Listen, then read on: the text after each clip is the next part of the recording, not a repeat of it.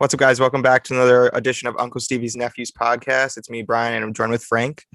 So the Mets are coming off a very nice week. Tonight's game has been rained out, according to Steve Cohen on Twitter. Let's just get right into it. So the Mets last night, probably their best win in a long time. They win 13-2, just an offensive explosion. And it's weird to say an offensive explosion with the team that they're putting out every day, but they had 5 home runs. James McCann, Jonathan VR, McKinney, Lindor, Drury, James McCann, 4 for 5, I think brought up his batting average in the 220s. Yep, 221. I think he started the night like 197. So we just need a night like that for Francisco Lindor, and then we'll be all good. But Francisco Lindor, going off of that, had a bunt single and then had a really nice home run. Hopefully that can turn around. I feel like every week we just have like a moment where it's like, this should be the time where he turns it around, and then he doesn't. So maybe he can figure it out. Speaking of Francisco Lindor, his batting average is 191 right now. So still clawing up to 200. Taijuan Walker, again, pitched well. I think lowered his ERA to 1.84. Just has been an outstanding addition to this team. Frank, what do you think of last night's win?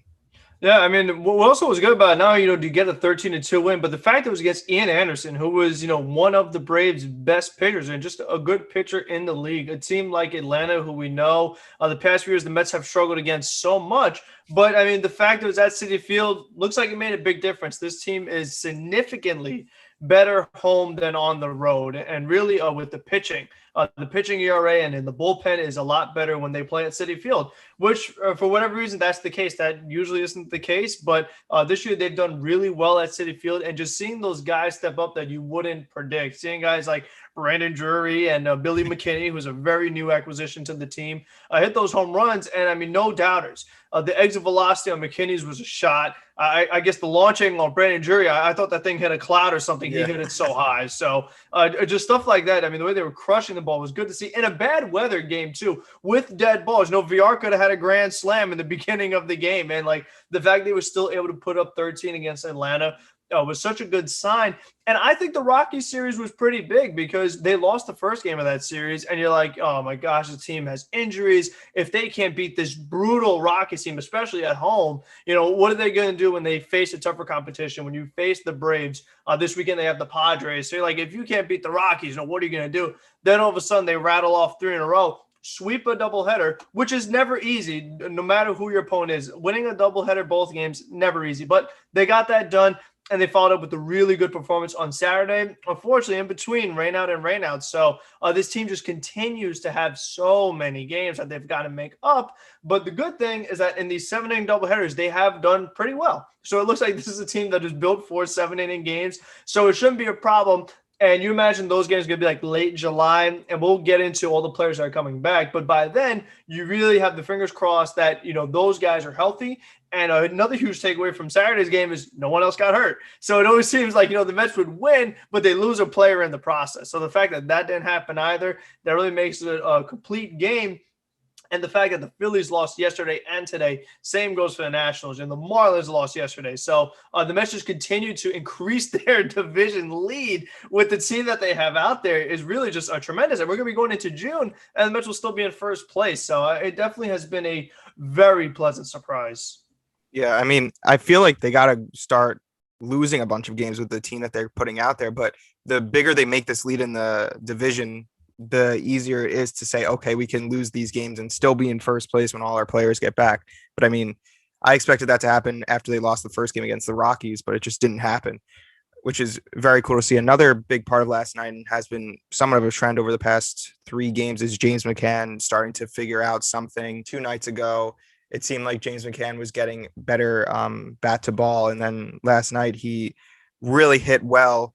And while that's good, the one concern for me is it a byproduct of him playing first base now and not having all that pressure on his legs throughout the game, which could be a testament to the fact that he's always been the backup catcher and shouldn't be playing all these games. And maybe that's a sign to Luis Rojas that maybe he should calm down a little bit. And Tomas Nido has been very good.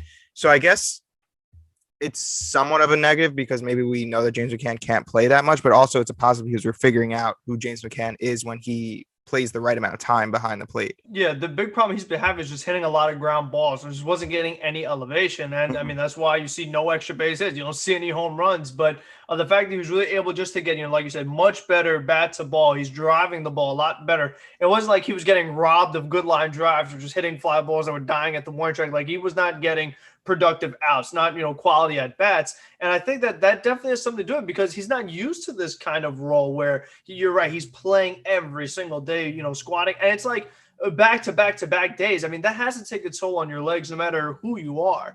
And I think that they definitely are finding out that you could get a much better James McCann when he is not having to do, all those things that you talked about. And Tomas Nido has done so well defensively. He's thrown out some runners as well. And both of them have thrown out a lot of runners behind the plate, which has been a welcome change also, something this team has struggled with forever.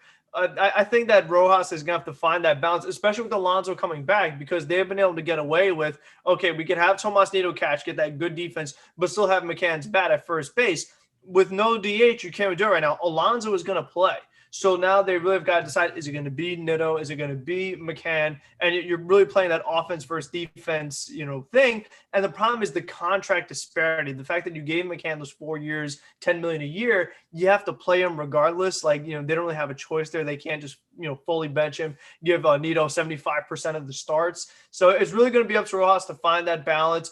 And I think he's just going to play the hot hand. I mean, the fact that McCann had a really good game, if Alonso is back for the next game, I imagine McCann's going to be behind the plate, just to see if he can build off that 4-hit game. Was that just a one-night thing and then he goes back to, what he was doing before? So the Mets really got to see, if that was just an admiration or if Jason McCann is finally figuring it out, because this is a guy that in his All-Star year in 2019, he batted over 300 the first half. Second half was not so good. So he can be very streaky. He can get hot and cold. So we're hoping that maybe it was just a bad April, bad May, and then, June and for the rest of the year, he really could get it going. I mean, that has to be the hope. I mean, you just have to be optimistic with something like this because, like we said, you're not going to put him to the bench. You're not trading him. You know what I mean? So you really just got to hope that McCann has finally figured it out. And if it means, playing a little less to get the most out of him, then that should be what they do. Yeah, Nido has not been an embarrassment behind the plate at all.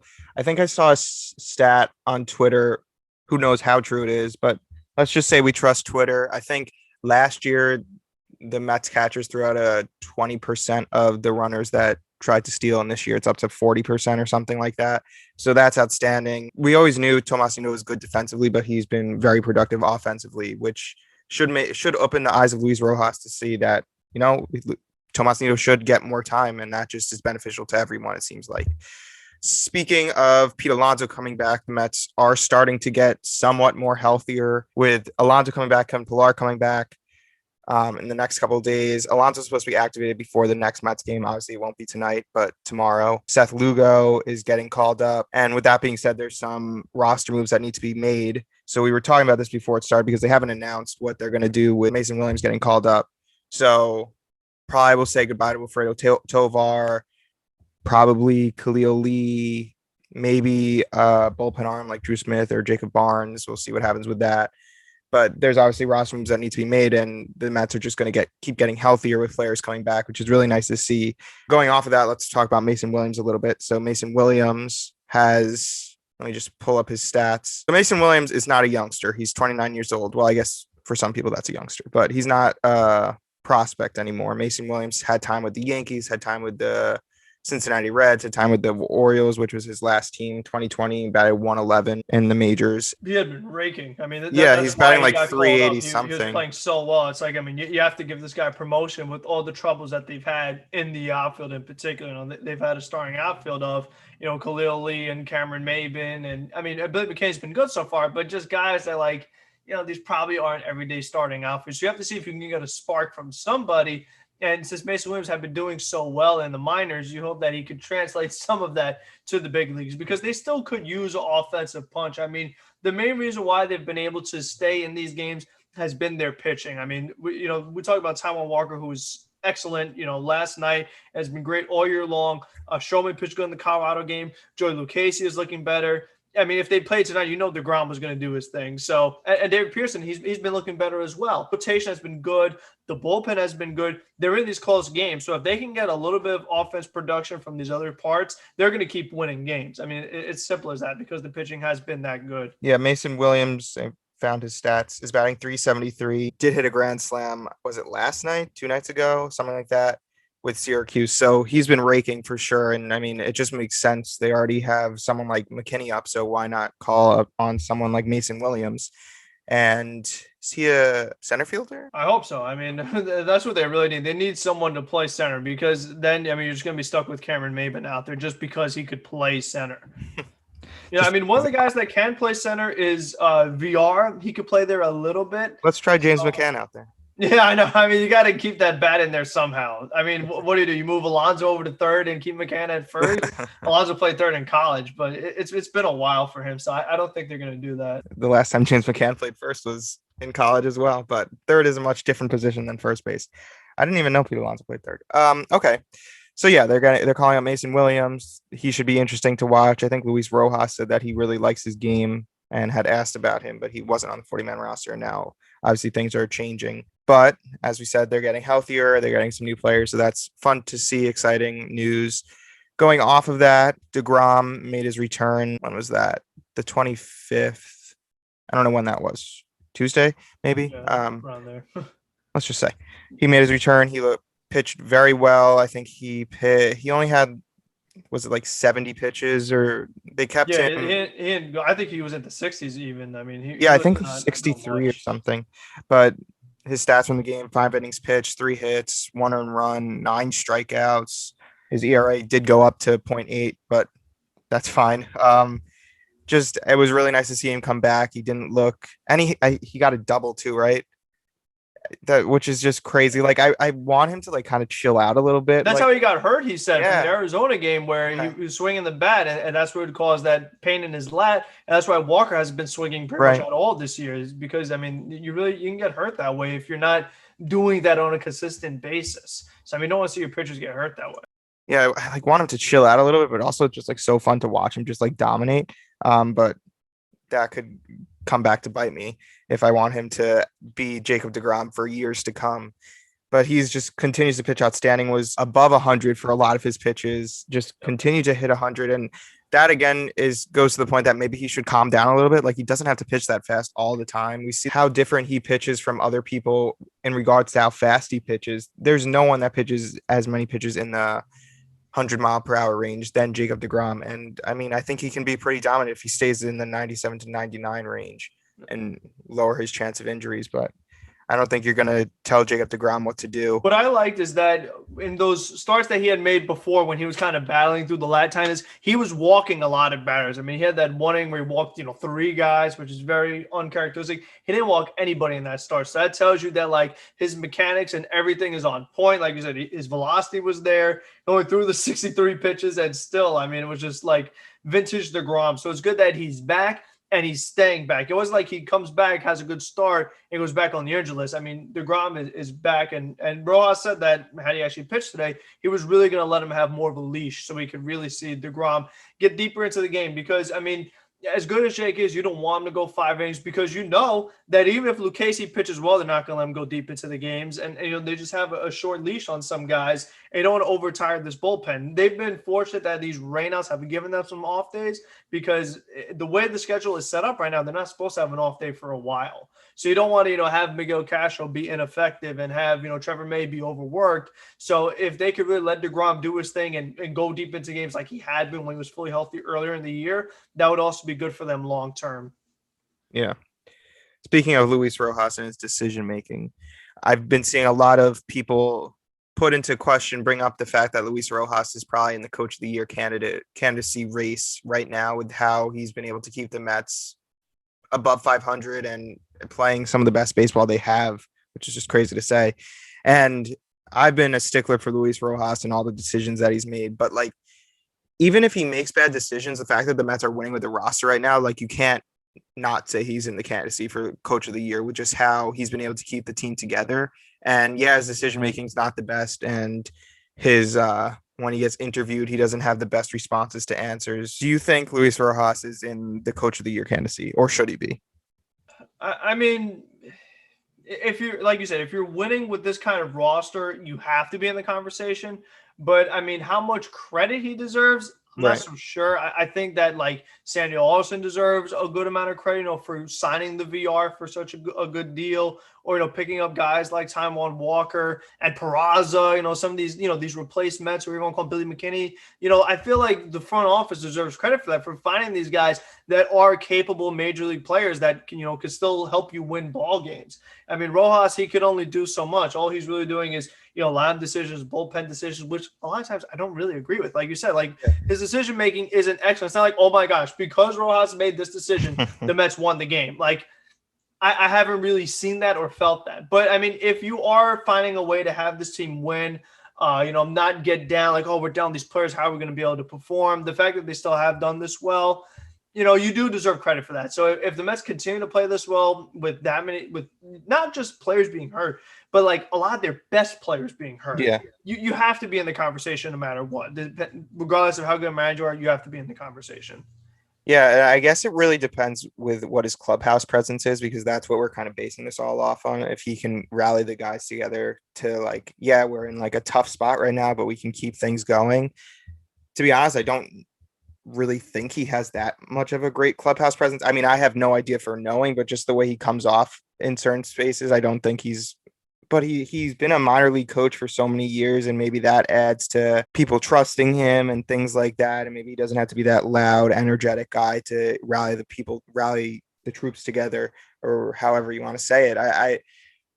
It just really depends on that, for me at least, if we're going to put him in the Coach of the Year. And I don't know how you prove if he's a good clubhouse presence or not, but if the Mets keep on winning, I guess that's how you can prove it. Like you said, it's a large part about how they built this team, with the pitching, with the depth. But now what's even crazier, it's not the depth anymore, it's the depth to the depth that are doing things for the Mets right now, which is why I guess you have to give credit to Luis Rojas and why he deserves to be in that race. But we'll have to see how things go.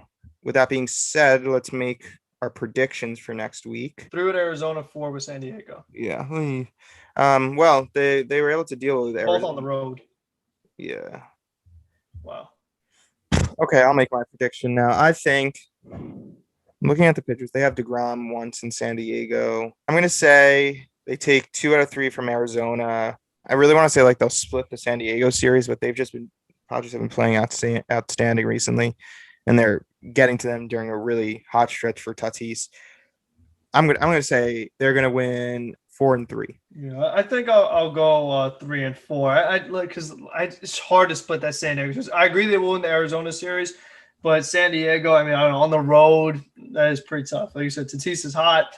We know the Padres have a lot of talent on that roster. They're healthy. Machado is back to playing on a full-time basis. They lost today, but I mean, that's just a really solid team. So, I mean, that's going to be pretty tough. And like I said, this whole stretch is tough. I mean, you're going right to the West Coast, and, the games are going to be at 10 o'clock. So you got to the Mets got to make sure they're awake and energetic, not falling asleep. So it's going to be interesting for sure to go there back to back. I mean, Arizona, San Diego, how well do the Mets normally play there? I mean, there's going to be a good test. You see what Alonso gives you, and you can see, I mean, Seth Lugo being in the bullpen, that's going to be nice. And then who knows, will Pilar be there? How will all these other guys progress? JD, Guillorme. I know Guillorme and Almora are supposed to start some rehab assignments. I mean, we'll see if JD or Nimmo could get going. We know Noah got pushed back. I don't know if we'll ever see Carrasco at this point. Carrasco just has setback after setback after setback. So, I mean, I don't know when those guys are coming back. Yeah, we totally forgot to talk about Syndergaard. I guess we can talk about that really quickly. But so Syndergaard, he had soreness in his elbow after in his second rehab start. He gets taken out after 1 game. Either way, Noah Syndergaard got pushed back. I mean, he can't even do baseball activities for 6 weeks, I'm pretty sure. So I think a lot of people are saying Syndergaard pushed it way too quickly in the beginning of his rehab assignments. He was like in the 95, 97 range or something in his first start, which obviously he was pushing himself. And that's kind of the ego of a lot of these players. They just want to be back on the field, which is a 2-pronged thing. Like, that's great. I want to see them back as quick as possible. But also, when you're rehabbing, it's pretty common that you might have a setback. And he had a setback. And like you said, Carrasco had a setback. And I mean, the Taiwan Walker signing is becoming huger and huger for this team as these pitchers don't come back. It's rough. I was excited to see no Syndergaard on the mound, and we'll probably have to wait till, I don't even know, August maybe. Yeah, because it's 6 weeks without throwing, and then he's going to need another 2 weeks, maybe even more, to get back into shape, do the rehab starts and things like that. So it's going to be a while before we see Noah. Yeah, it'll be a nice time when we get Carrasco and Syndergaard back at some point. And now for Noah, he's still in the contract year. So yeah, that's true. I mean, what does he have left, and what could he do in such a short time frame? He's really going to have a month or two to pitch. What kind of contract are the Mets offering him? What is he looking for? What's his market going to be for other teams? I think that if Marcus Stroman continues to pitch this well, you really have to decide, what do you want to do with Stroman? What do you want to do with Syndergaard? Conforto missing all this time. What are you going to do with him? I think that these are questions that the Mets, it's going to be harder to answer with these guys having these small sample size now because of these injuries. Because Conforto, who knows when we'll see him back? I mean, he messed up his hamstring pretty bad. And those are things that really could linger. And you can't be an outfielder with a strained hamstring. I mean, that's just not going to happen. You saw that with Cespedes all the time. Yep. I mean, you don't want to wish for injuries, but that could end up helping the Mets this offseason if they want to retain some of these players that they want to retain.